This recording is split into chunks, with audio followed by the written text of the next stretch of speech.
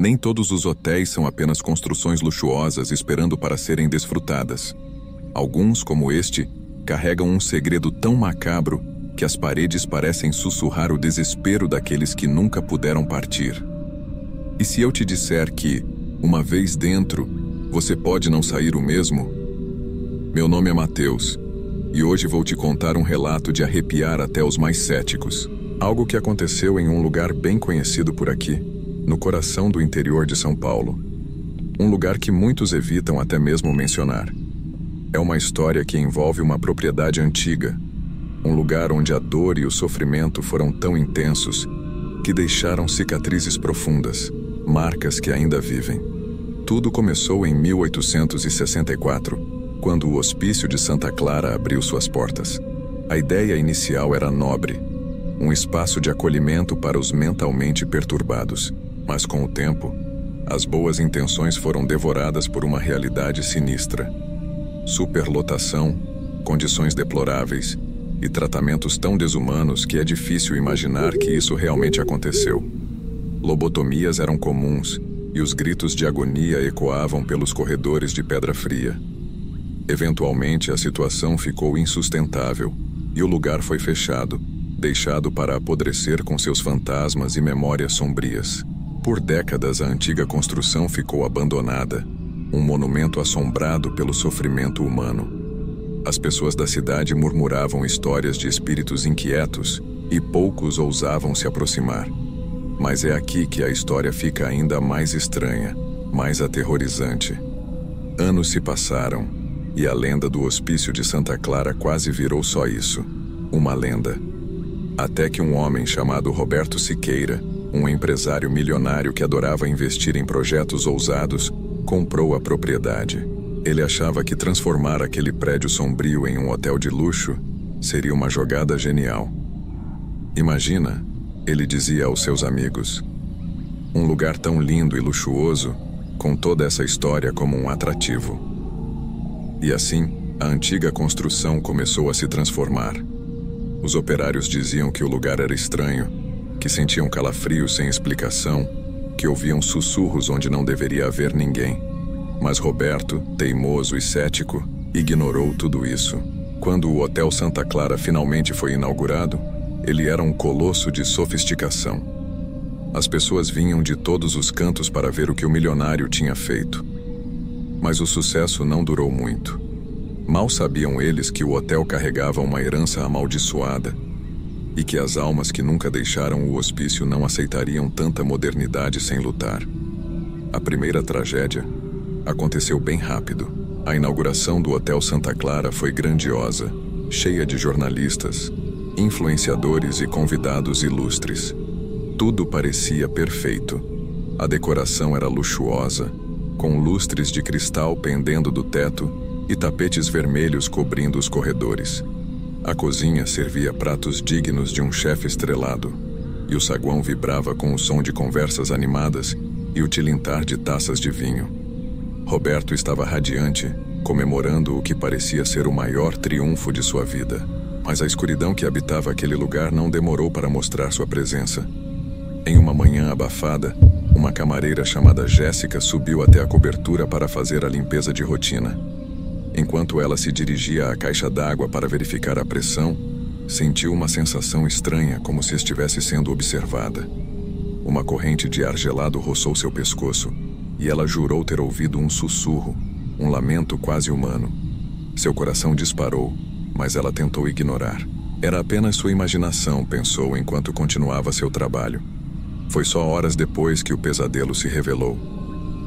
Um hóspede desceu correndo pelas escadas de emergência, gritando e chorando. Tem uma mulher morta na água, tem uma mulher na água.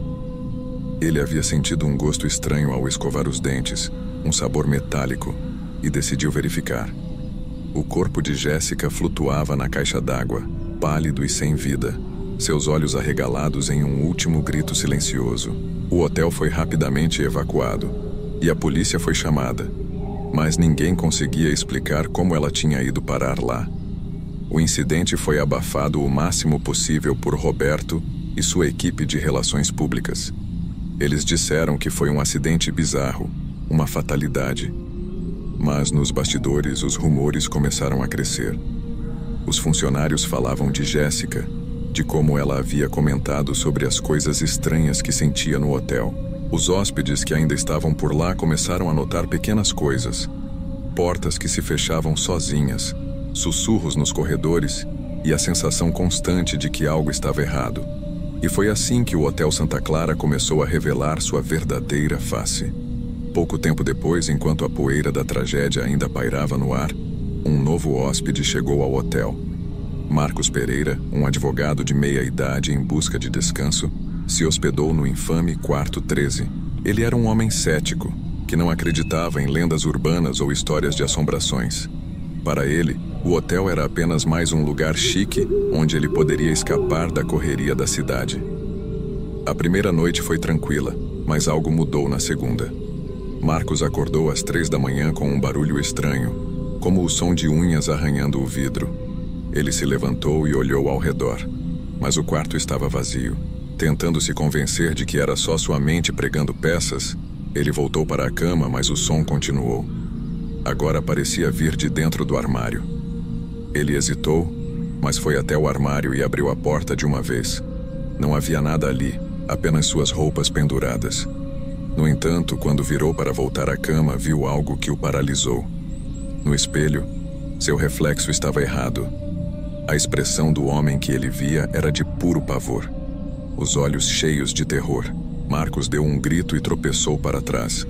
Mas quando olhou novamente, o reflexo estava normal. O que aconteceu depois é um mistério. Marcos foi encontrado na manhã seguinte, pendurado por uma corda improvisada no ventilador de teto.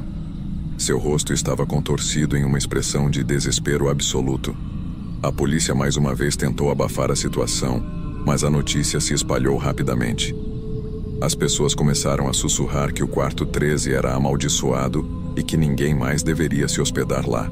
Os rumores e tragédias tornaram o hotel ainda mais famoso, atraindo corajosos caçadores de emoções, youtubers e até mesmo especialistas em atividades paranormais. E é aqui que você entra na história. Se você acha que tem coragem de explorar os mistérios do Hotel Santa Clara, não se esqueça de se inscrever no canal e curtir o vídeo, para não perder nenhuma das histórias mais arrepiantes que já contamos. O Hotel Santa Clara não fechou suas portas. Roberto Siqueira, mesmo diante das tragédias, tomou a decisão mais controversa de sua carreira: manter o hotel aberto. Ele apostava que o mistério e o terror seriam o novo atrativo do lugar, chamando os hóspedes mais destemidos e curiosos. E funcionou de certa forma. Caçadores de fantasmas, blogueiros e até equipes de televisão começaram a visitar o hotel, cada um ansioso para experimentar o sobrenatural. Alguns saíam de lá jurando que sentiram uma presença, ouviram sussurros ou até viram vultos. Outros diziam que era tudo uma farsa, uma jogada de marketing. Mas ninguém conseguia explicar o peso no ar, a sensação constante de ser observado, de que algo sombrio e antigo ainda habitava cada parede, cada canto escuro do hotel.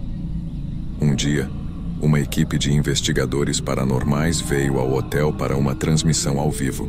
Eles montaram câmeras nos corredores e fizeram perguntas para o outro lado, aguardando respostas. Os aparelhos captaram mudanças de temperatura e os sensores de movimento foram disparados sem ninguém por perto. Uma investigadora chamada Patrícia, conhecida por seu ceticismo, começou a sentir algo que nunca havia experimentado antes: um medo avassalador.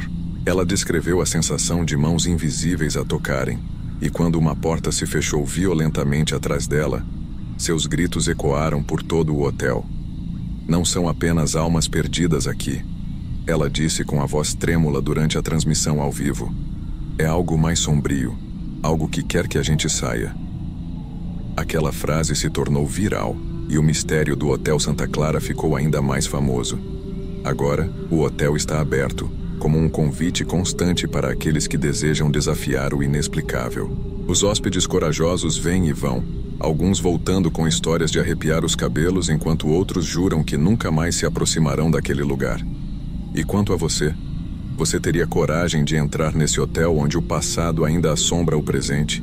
onde cada sombra pode esconder um grito que nunca foi ouvido. O Hotel Santa Clara espera, esperando que você seja o próximo a descobrir se essas histórias são verdadeiras ou apenas contos. Afinal, você só vai saber se for corajoso o suficiente para atravessar suas portas e encarar o desconhecido.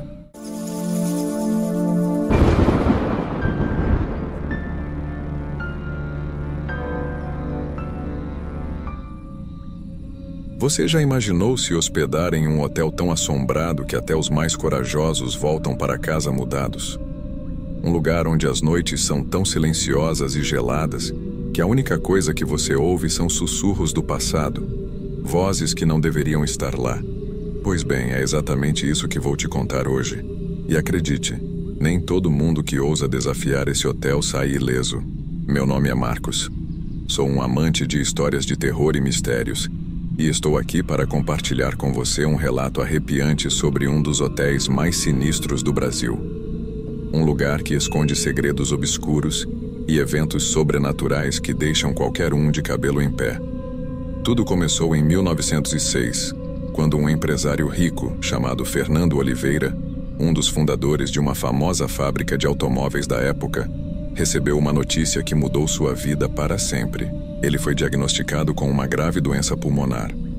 Seu médico o aconselhou a deixar a cidade grande e ir para um lugar mais afastado, onde o ar era puro, de preferência nas montanhas.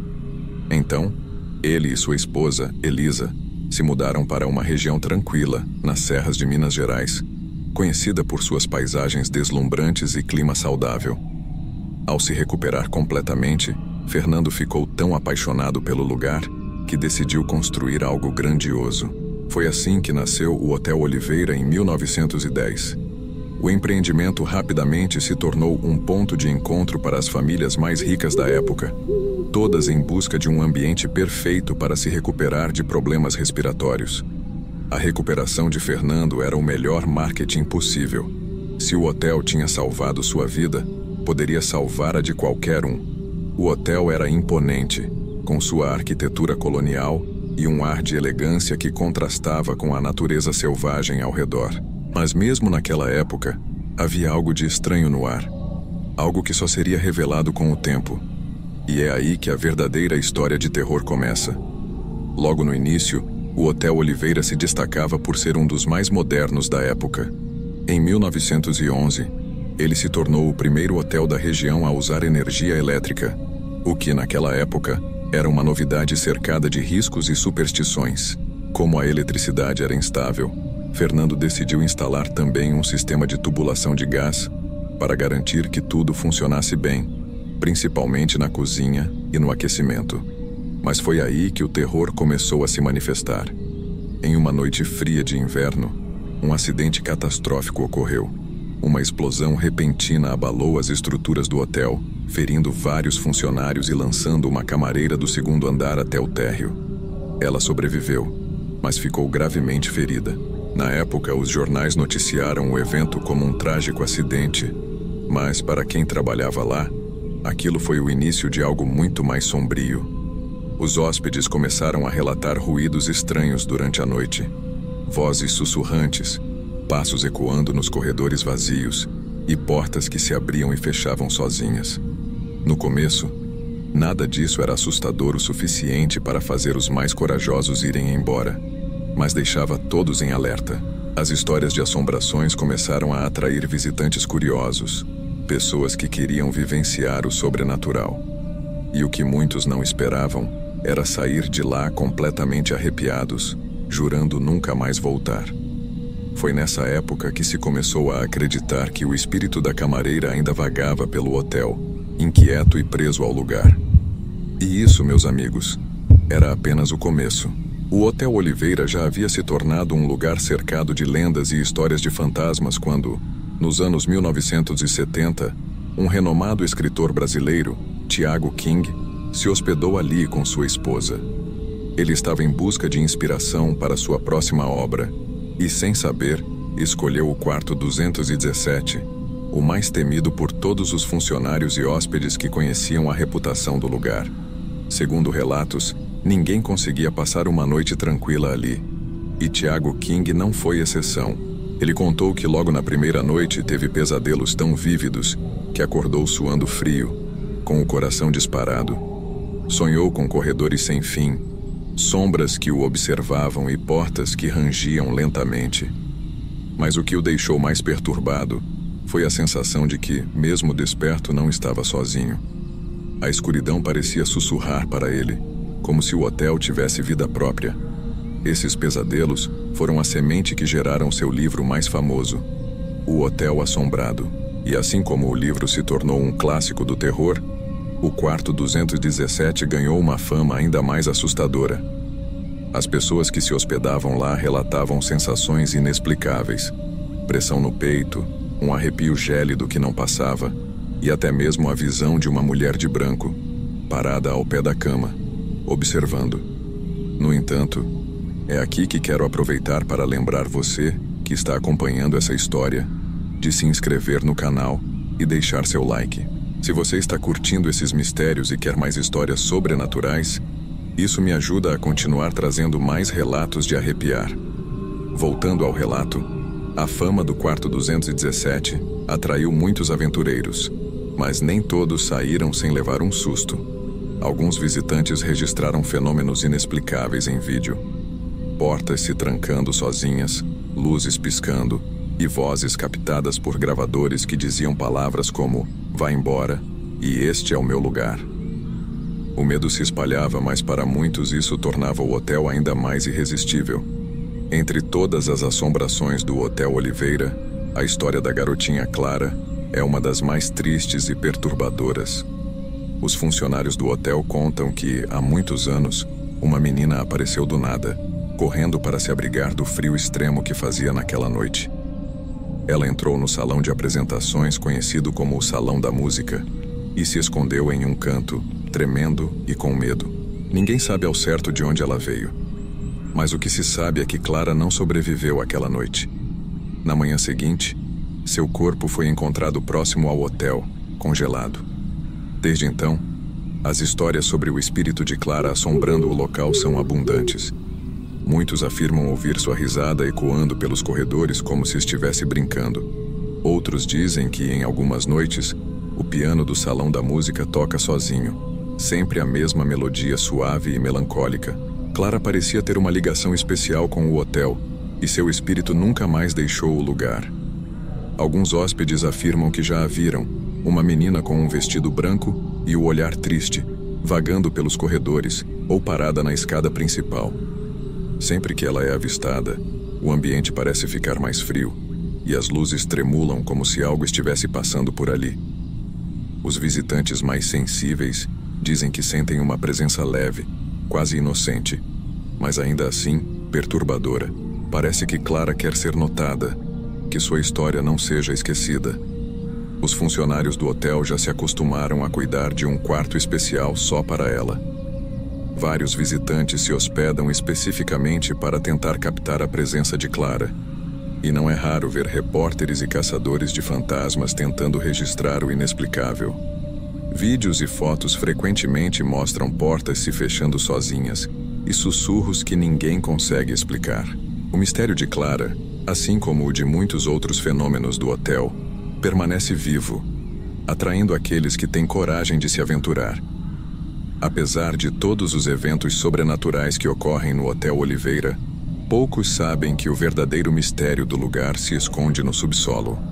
Quando Fernando Oliveira comprou as terras, foi informado de que elas eram consideradas sagradas por uma antiga tribo indígena que vivia na região. Mesmo ciente disso, ele ignorou os avisos e construiu o hotel em cima dessas rochas espiritualmente importantes, acreditando que tudo aquilo não passava de superstições. O subsolo do hotel é um lugar frio e úmido, com paredes feitas de pedras maciças que parecem guardar segredos de outro mundo. Quem desce até lá sente uma pressão estranha, como se o ambiente estivesse vivo. Durante as visitas guiadas, os funcionários avisam que as rochas são sagradas e que nada deve ser removido daquele lugar. Mas, como em toda história de terror, sempre há quem não acredite. Os relatos mais assustadores vêm de visitantes que ousaram levar pedaços das rochas como lembrança. No início, Eles achavam que era apenas um souvenir inofensivo, mas logo perceberam que haviam cometido um grande erro. Um homem chamado Paulo, que levou uma pequena pedra para casa, contou que sua vida virou de cabeça para baixo. Coisas estranhas começaram a acontecer. Objetos se moviam sozinhos. Vozes sussurravam seu nome no meio da noite, e ele foi atormentado por pesadelos que o faziam acordar em pânico. Desesperado, ele enviou a pedra de volta ao hotel, implorando para que tudo voltasse ao normal. E Paulo não foi o único. Muitos outros hóspedes devolveram as rochas, seja pessoalmente ou enviando pelo correio, contando histórias semelhantes de má sorte e tormento. Alguns até disseram que a energia negativa parecia seguir a pedra, como se fosse uma maldição. Até hoje, o Hotel Oliveira recebe turistas do Brasil e do mundo inteiro, curiosos e caçadores de fenômenos sobrenaturais que querem vivenciar os mistérios do lugar.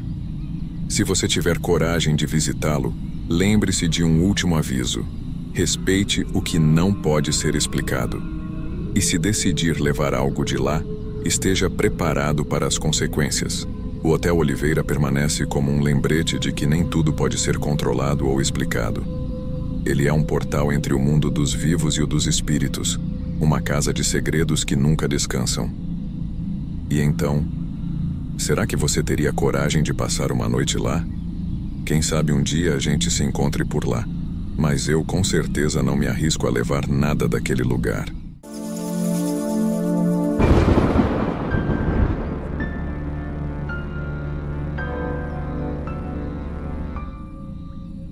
Você já imaginou o que seria sentir o desespero de não ter para onde correr enquanto o fogo consome tudo ao seu redor?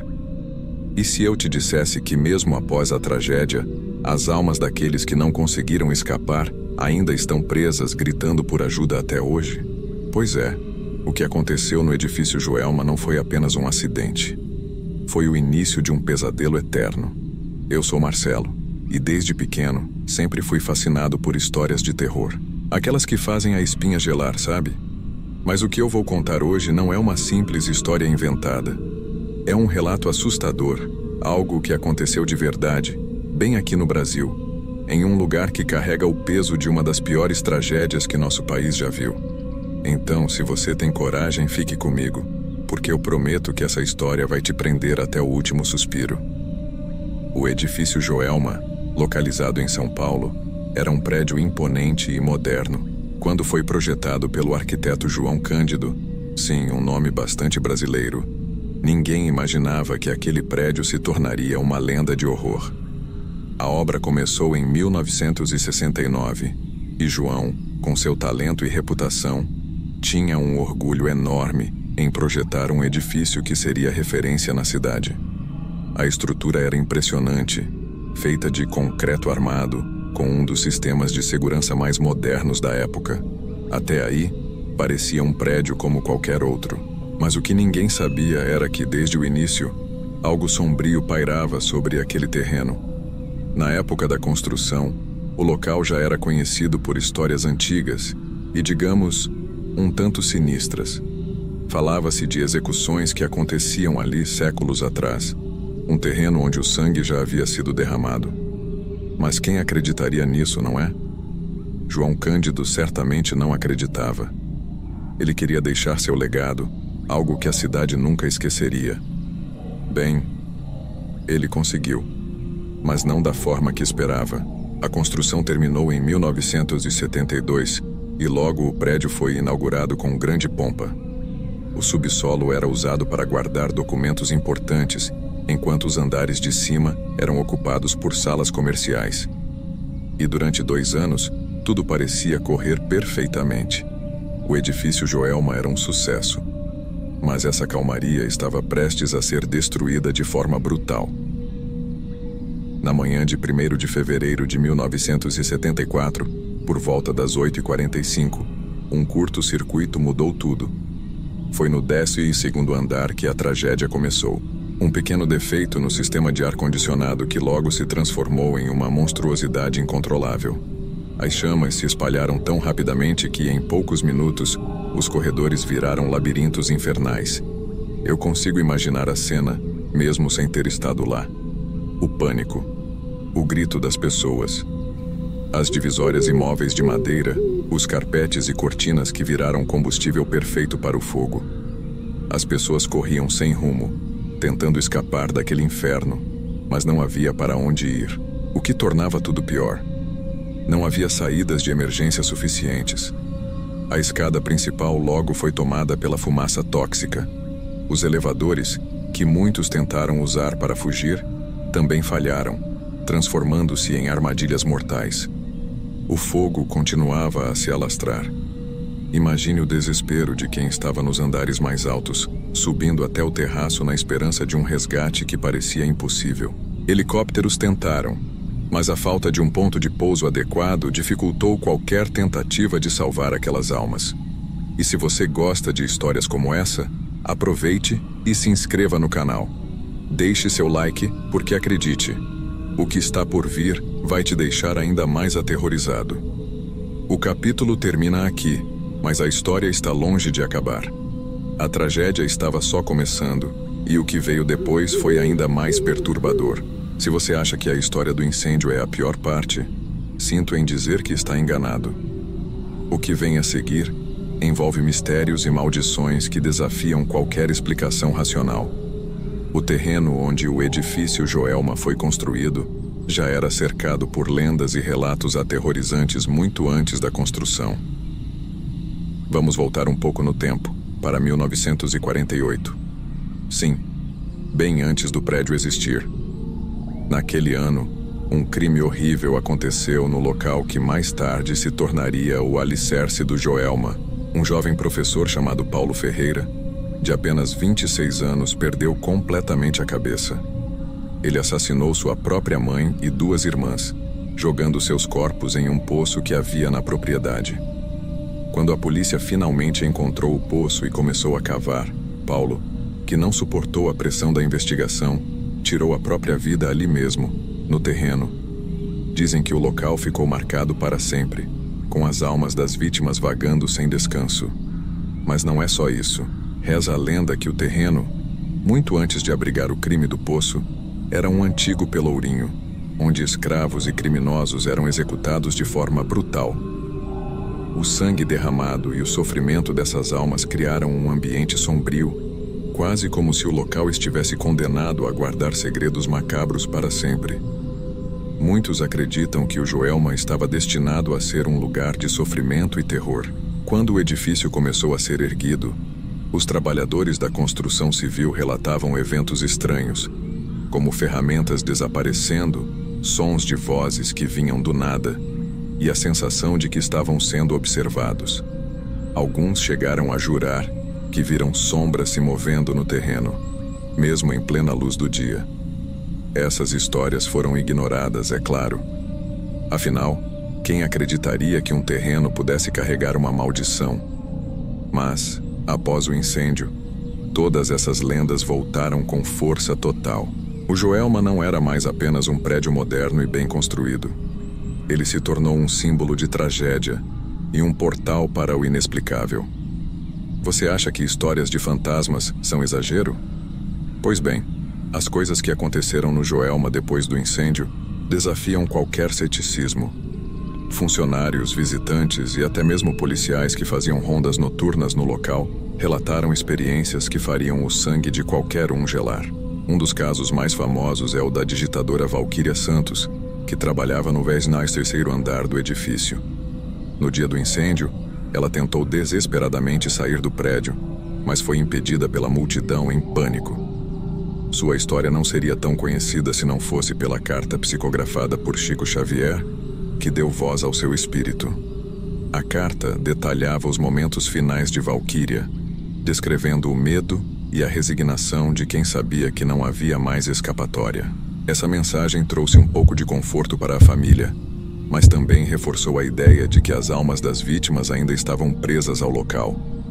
Durante a gravação do filme Joelma 23º Andar, inspirado justamente nas tragédias do prédio, uma série de eventos inexplicáveis aconteceu. Um fotógrafo da equipe conseguiu capturar rostos de espíritos em suas fotos, mesmo quando o set estava vazio. Vultos foram vistos se movendo, e portas que deveriam estar trancadas se abriram sozinhas. A equipe inteira ficou tão perturbada que, ao final das filmagens, ninguém quis voltar ao edifício. O edifício Joelma continuou a atrair curiosos e amantes do sobrenatural.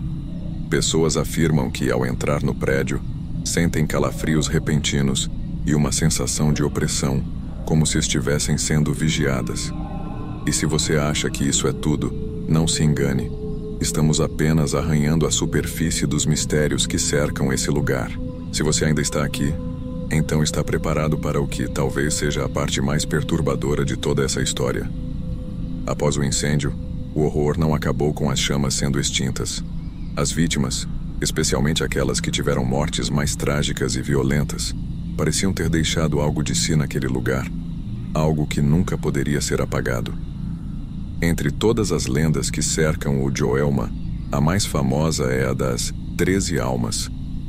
Durante o incêndio, 13 pessoas ficaram presas em um dos elevadores. Elas tentaram de tudo para escapar, mas o fogo as consumiu, e seus corpos foram encontrados tão danificados e misturados que era impossível identificar quem eram.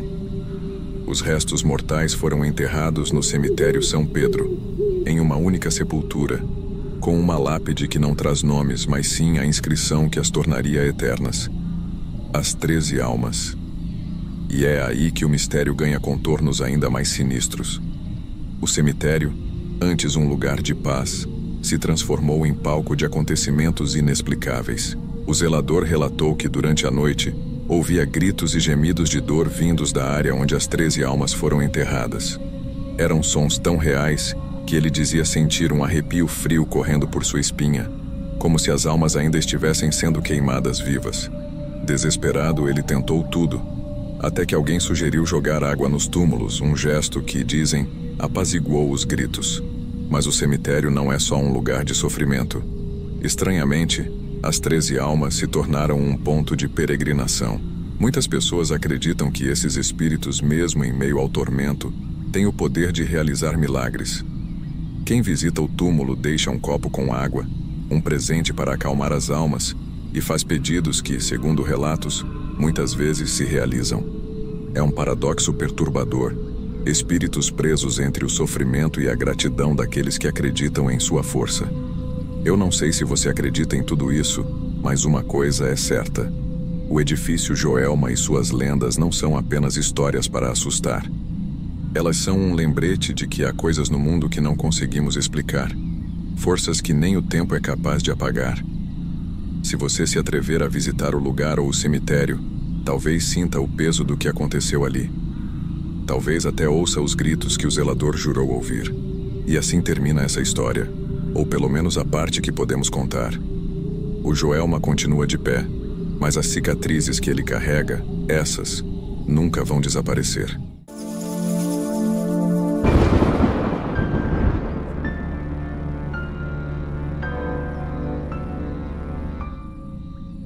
Você acredita em histórias que nunca tiveram um final? Pois bem, essa aqui é uma dessas. Imagine um prédio enorme, abandonado há décadas, onde cada tijolo parece sussurrar segredos e cada sombra esconde um pedaço da verdade. No final, talvez a pergunta mais importante não seja o que aconteceu, mas o que ainda está acontecendo por lá. Eu sou Rafael, e hoje vou te contar uma história de terror que aconteceu em um dos lugares mais enigmáticos do Brasil. O Hotel São Vicente, um gigante de 330 metros de altura, com 105 andares e mais de 3.000 quartos vazios. Localizado no coração de Belo Horizonte, ele é visto de qualquer lugar da cidade, como uma maldição de concreto que assombra o horizonte. A história começou em 1987, quando o governo mineiro decidiu construir o hotel mais impressionante do país. A ideia era desbancar o progresso de São Paulo, que havia se tornado uma potência econômica, e atrair investimentos internacionais. Eles imaginaram algo colossal: um hotel com cassinos, casas noturnas e restaurantes que oferecessem a melhor vista panorâmica da cidade. O projeto era tão ambicioso que parecia um sonho impossível, e talvez realmente fosse. À medida que as obras do Hotel São Vicente avançavam, os problemas começaram a se acumular como uma pilha de documentos sem solução. As chuvas fortes da região causavam atrasos intermináveis, e a empresa responsável pela construção começou a usar materiais de qualidade duvidosa. Você pode imaginar? Um prédio daquele tamanho, feito às pressas, sem a segurança necessária. A situação piorou quando, em 1992, a economia do Brasil sofreu uma crise terrível. O projeto foi paralisado e o hotel ficou lá, com o esqueleto de concreto exposto ao vento, à chuva e à curiosidade das pessoas. Dizem que um guindaste foi deixado abandonado no topo, como se o próprio prédio tivesse desistido de ser terminado. E assim, o Hotel São Vicente se tornou uma lenda local, um símbolo do fracasso e da decadência. Agora, se você está achando a história assustadora até aqui, eu sugiro que você fique comigo. Você não vai querer perder os detalhes sombrios que estão por vir. A verdade é que a história do Hotel São Vicente não terminou com seu abandono. Pelo contrário, ela se tornou ainda mais sombria com o passar dos anos. Quase 2 décadas depois, em 2008, surgiu uma nova esperança para aquele colosso de concreto. Uma empresa de telecomunicações de São Paulo, conhecida por grandes investimentos em projetos ousados, decidiu apostar na revitalização do hotel. Eles queriam transformar aquele gigante em um ícone da modernidade, um prédio que refletisse a nova era tecnológica de Belo Horizonte. Foram investidos milhões para cobrir o esqueleto cinzento com painéis de vidro reluzentes. Durante meses, milhares de operários trabalharam sem descanso, instalando luzes de LED que transformaram o hotel em um espetáculo noturno. À noite, o Hotel São Vicente brilhava como uma joia no horizonte da cidade, mas durante o dia, era impossível ignorar as rachaduras e o estado precário do concreto que sustentava aquela fachada reluzente. E o interior? Bom, o interior era um verdadeiro pesadelo. Eu mesmo vi as fotos que vazaram na internet. Fios pendurados, canos estourados, vigas enferrujadas. Era um cenário de filme de terror. E foi nesse ponto que começaram os rumores mais macabros. Diziam que o prédio estava amaldiçoado, que a tentativa de renovação estava sendo sabotada por algo, ou por alguém. Não era difícil acreditar. Os operários relataram coisas estranhas. Sombras que se moviam sozinhas, sussurros que vinham dos quartos vazios e a sensação de serem observados por algo invisível. Se você está curioso para saber o que aconteceu depois, eu peço que se inscreva no canal e curta o vídeo. Assim você não vai perder nenhum detalhe dessa e de outras histórias arrepiantes que conto por aqui. Mesmo com todo o esforço para revitalizar o hotel, algo parecia sempre dar errado. Em 2014, um edifício residencial de 23 andares desabou em um bairro próximo de Belo Horizonte, matando dezenas de pessoas. A tragédia fez todos olharem com desconfiança para o Hotel São Vicente. Seria ele seguro? Os materiais usados na construção eram realmente confiáveis? Foi nesse momento que os boatos antigos começaram a ganhar força novamente. Os jornais locais publicaram matérias alarmantes. E os especialistas em engenharia faziam questão de lembrar que o hotel havia sido erguido com concreto de baixa qualidade, sem a tecnologia necessária para uma construção tão alta. E enquanto isso, o governo de Minas Gerais usava o prédio como um enorme outdoor de propaganda, iluminando a fachada com slogans políticos e vídeos sobre a história do estado. A ironia era evidente. Um hotel fantasma, usado para contar uma narrativa de progresso e desenvolvimento. Mas o que realmente fez a história do Hotel São Vicente se tornar uma lenda foi o relato de uma equipe de jornalistas que tentou entrar no prédio. Eles conseguiram permissão para explorar o interior e capturar imagens. Mas o que encontraram foi aterrador. Um dos repórteres, chamado Marcos, descreveu a experiência como a mais assustadora da sua vida. Era como se o prédio estivesse vivo. Ele disse: o silêncio lá dentro era tão denso que parecia respirar. E tinha aquele cheiro, como se algo estivesse apodrecendo há anos, mesmo que não houvesse nada visível. As luzes das lanternas da equipe pareciam vacilar, e eles juraram ter visto sombras que não faziam sentido. Em certo momento, um deles gritou. Disseram que viram um vulto, uma figura alta e indistinta, parada em um dos corredores. Marcos teve pesadelos por meses depois daquilo, e muitos acreditam que ele trouxe algo sombrio do hotel consigo. E o mais assustador? Até hoje ninguém sabe ao certo se o Hotel São Vicente será algum dia seguro. O que fica no ar é a pergunta: o prédio é amaldiçoado ou é tudo apenas fruto de nossa imaginação coletiva? O Hotel São Vicente ainda está lá, de pé, desafiando o tempo e o bom senso. Para muitos moradores de Belo Horizonte, ele já se tornou parte do cenário da cidade, como uma montanha feita de concreto e vidro que ninguém ousa escalar. Mas o futuro daquele gigante ainda é incerto, e sua presença é uma lembrança constante das ambições desmedidas e das consequências de promessas não cumpridas. Recentemente, a área ao redor do hotel passou por uma revitalização, com novos bares, restaurantes e até um parque moderno que atrai famílias e turistas. A cidade tenta seguir em frente, criar novas memórias, mas o Hotel São Vicente não deixa. Como poderia?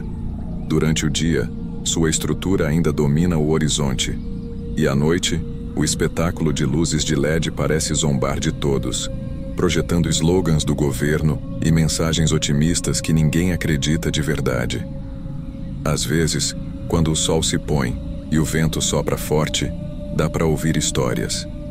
Histórias de gritos que vêm lá de dentro, de almas que ainda vagam pelos corredores vazios. O mais curioso é que, mesmo com a fachada reluzente, ninguém sabe o que realmente acontece por trás daqueles vidros. Estão eles escondendo rachaduras fatais? Ou será que guardam algo ainda mais sinistro? E é isso que deixa tudo ainda mais perturbador. Mais de 30 anos após o início da construção, o Hotel São Vicente continua a ser um mistério, uma cicatriz urbana, um monumento à nossa própria curiosidade e medo. Talvez um dia alguém finalmente encontre a resposta. Mas até lá a lenda continua. E os segredos daquele gigante de concreto seguem esperando. Esperando por aqueles corajosos, ou tolos, o suficiente para desvendá-los. Então eu pergunto a você: teria coragem de explorar o Hotel São Vicente? Se sim, deixe seu comentário e me conte. E claro, não esqueça de se inscrever no canal e curtir o vídeo, para não perder mais histórias como essa. Até a próxima.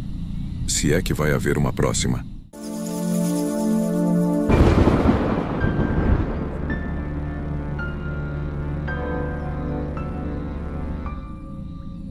Sabe aquelas histórias que te fazem pensar se o mundo espiritual é mesmo real? Eu não tô falando de contos de terror inventados ou lendas urbanas sem pé nem cabeça. Essa história aconteceu de verdade, e o mistério que envolve a morte de uma mulher chamada Carolina Monteiro vai te deixar arrepiado, porque até hoje o espírito dela é visto vagando pelos corredores de um famoso hotel no litoral do Brasil, e ninguém sabe ao certo como ela morreu. E se eu te disser que a bala que matou Carolina não combina com a arma que encontraram ao lado do corpo? Pois é, fica comigo, porque o mistério só piora. Meu nome é Pedro, e hoje eu vou contar para você uma das histórias mais assustadoras e intrigantes que já ouvi, algo que aconteceu de verdade. Se você tem coragem, continue comigo até o fim, mas eu aviso, pode ser que você não veja hotéis do mesmo jeito depois de ouvir isso. Tudo começou numa tarde chuvosa de novembro de 1892, quando Carolina Monteiro, uma mulher elegante e cheia de classe, chegou ao Hotel Paraíso do Mar, um resort luxuoso que ficava em uma cidade litorânea no sudeste do Brasil.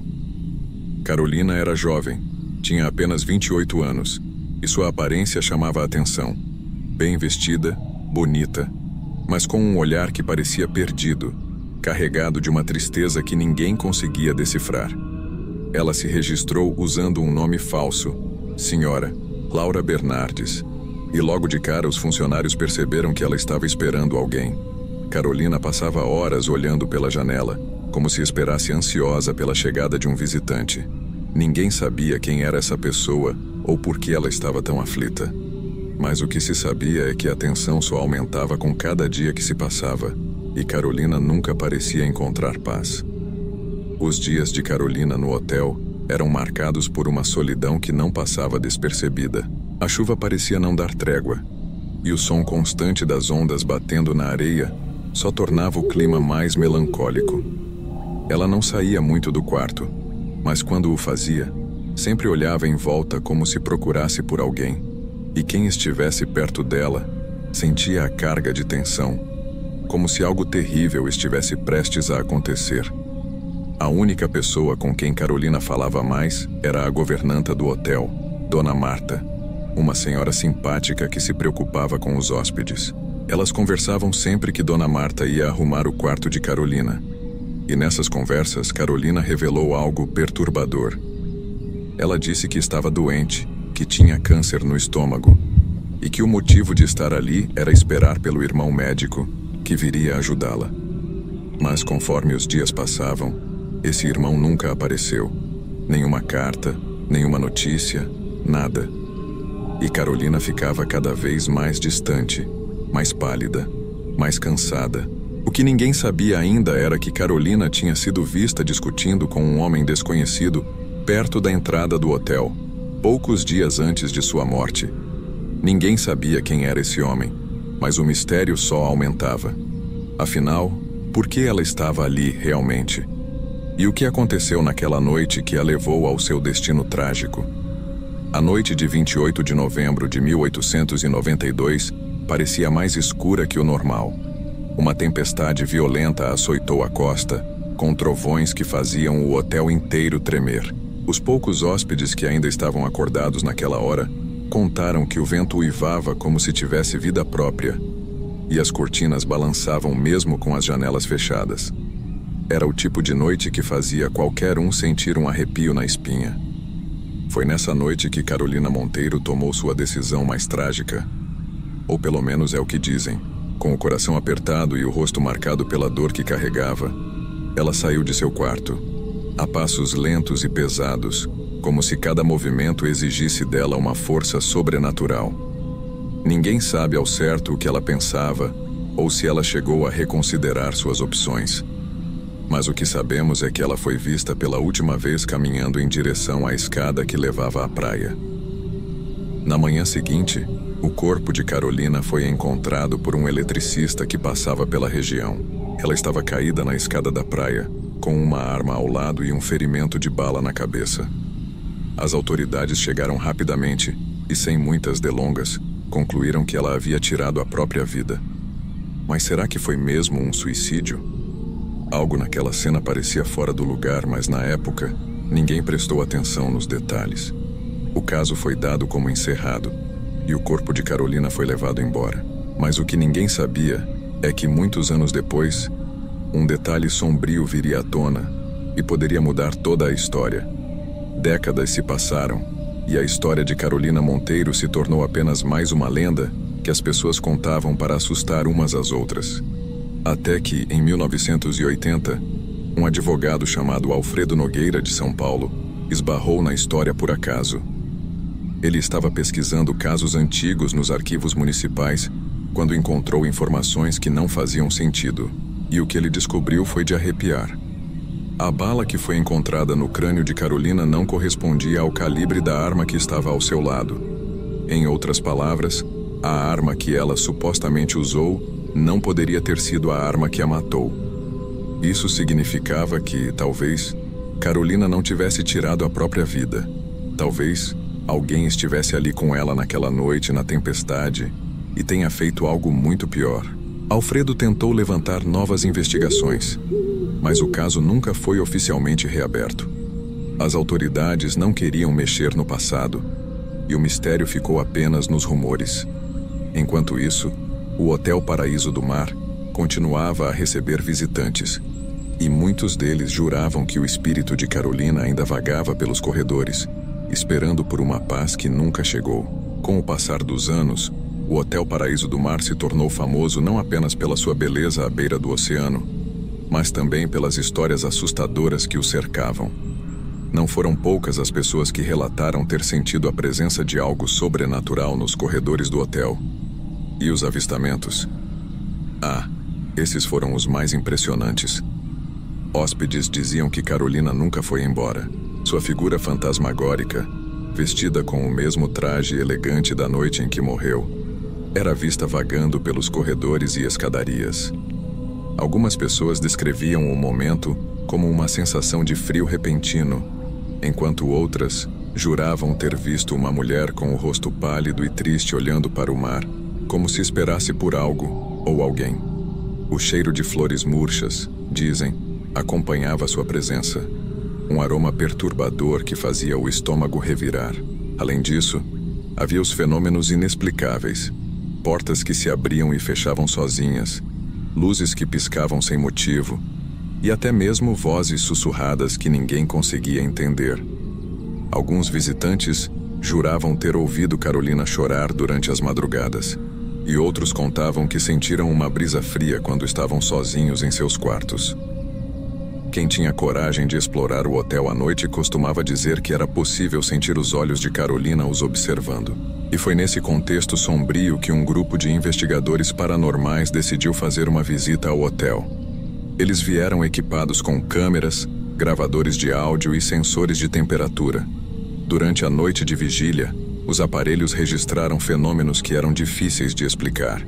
Vozes captadas em áudio, mudanças súbitas de temperatura e até mesmo imagens de uma sombra translúcida. Um dos investigadores jurou ter sentido uma mão fria em seu ombro quando passou pela escada da praia, o lugar onde Carolina foi encontrada morta.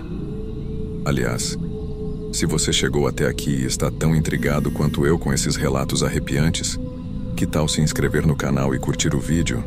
Prometo trazer ainda mais histórias misteriosas e sobrenaturais que vão fazer você questionar se o mundo espiritual é mesmo só imaginação. Mas voltando à história, era como se Carolina quisesse que todos soubessem que algo havia acontecido naquela noite. Algo que ninguém jamais entenderia completamente.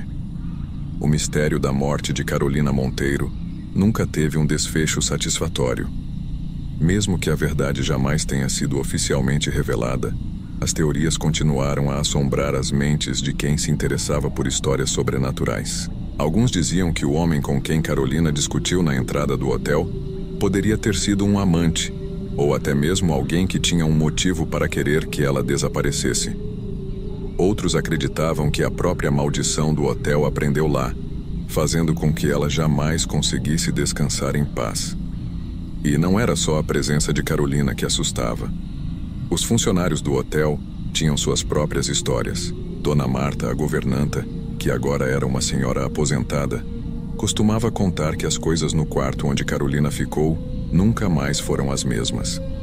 As janelas batiam sozinhas, mesmo quando o tempo estava calmo, e o espelho parecia ter manchas que ninguém conseguia limpar. Era como se algo estivesse preso naquele espaço, algo que não conseguia se libertar. Os novos visitantes do hotel continuavam a experimentar momentos inexplicáveis.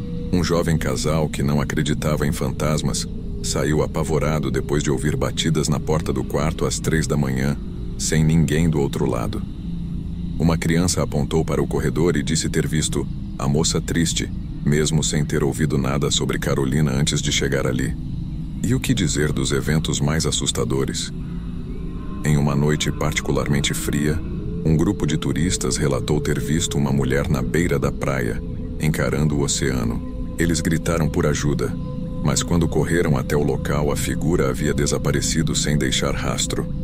Foi como se o vento a tivesse levado embora, ou como se ela nunca tivesse estado ali. Ainda hoje, o Hotel Paraíso do Mar continua atraindo pessoas curiosas, caçadores de fantasmas e amantes do sobrenatural. A lenda de Carolina Monteiro vive, alimentada por avistamentos e histórias contadas ao redor de fogueiras. Muitos acreditam que tudo o que ela quer é encontrar uma forma de descansar em paz. Outros acham que ela guarda um segredo que nunca será revelado. E você? Se tivesse a chance de se hospedar no Hotel Paraíso do Mar, teria coragem de entrar no quarto onde Carolina ficou? Ou você seria uma das pessoas que preferem manter distância do mistério? Porque, no final das contas, às vezes, é melhor não cutucar o sobrenatural. Talvez Carolina esteja esperando por você.